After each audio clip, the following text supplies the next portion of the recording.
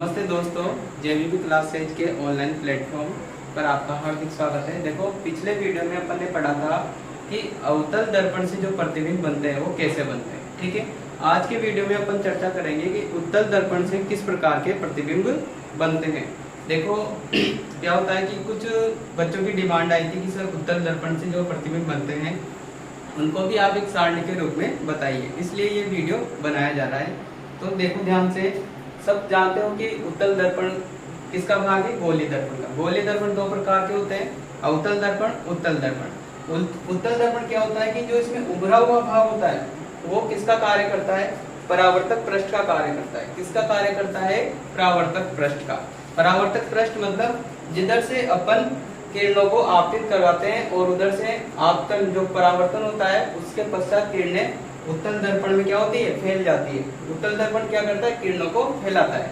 देखो, इसमें दो ही स्थितियां बनती है उत्तल दर्पण में। कहाँ रखेंगे बिंब को? सबसे पहले तो अनंत पर रखेंगे। कहाँ रखेंगे? अनंत पर।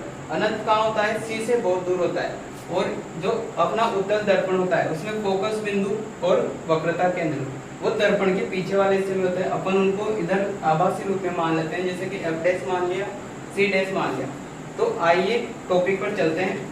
अपनी जो बिंब की पहली स्थिति है वो है अनंत पर, मतलब सी से बहुत दूर रखा है। अब वहां से किरणें आ रही है मुख्य अक्ष के समानांतर। क्या आ रही है? मुख्य अक्ष के समांतर आ रही है किरणें। और अपन क्या जानते हैं कि उत्तल दर्पण पर जब मुख्य अक्ष के समांतर कोई किरणें आती है तो परावर्तन के पश्चात वो कहाँ चली जाती है? फैल जाती है। लेकिन अगर यहाँ से अपन देखेंगे तो ऐसा लगेगा कि किरणें कहाँ से आ रही है? फोकस बिंदु से आ रही है। इसका क्या मतलब हुआ दोस्तों कि ये जो किरणें है ना, ये दर्पण के पीछे मिलती हुई प्रतीत होती है। मिलती नहीं है, मिलती हुई प्रतीत होती है। कहाँ पर? फोकस बिंदु पर। इसका मतलब क्या हो सकता है कि जो अनंत पर कोई वस्तु रखी है उसका प्रतिबिंब कहाँ बनेगा? फोकस बिंदु पर बनेगा। और चूंकि ये दोनों किरणें कहाँ मिलती हुई प्रतीत होती है? फोकस बिंदु पर। इसलिए जो इसका प्रतिबिंब बनेगा वो कैसा बनेगा? बिंदुवत आकार का बनेगा। कैसा बनेगा?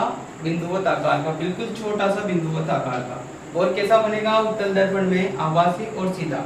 ये बात हमेशा ध्यान रखना कि उत्तल दर्पण के द्वारा जितने भी प्रतिबिंब बनते हैं वो कैसे बनते हैं? आभासी बनते हैं और सीधे बनते हैं। तो पहली स्थिति क्लियर है? अनंत पर रखी थी वस्तु तो उसका प्रतिबिंब कहाँ बना? एफ पर बना। ठीक है, आभासी बना, सीधा बना और बिंदुवत आकार का बना। अब बात करते हैं दूसरी स्थिति की। देखो, अनंत और पी के मध्य, पी यहाँ क्या है? दर्पण का ध्रुव।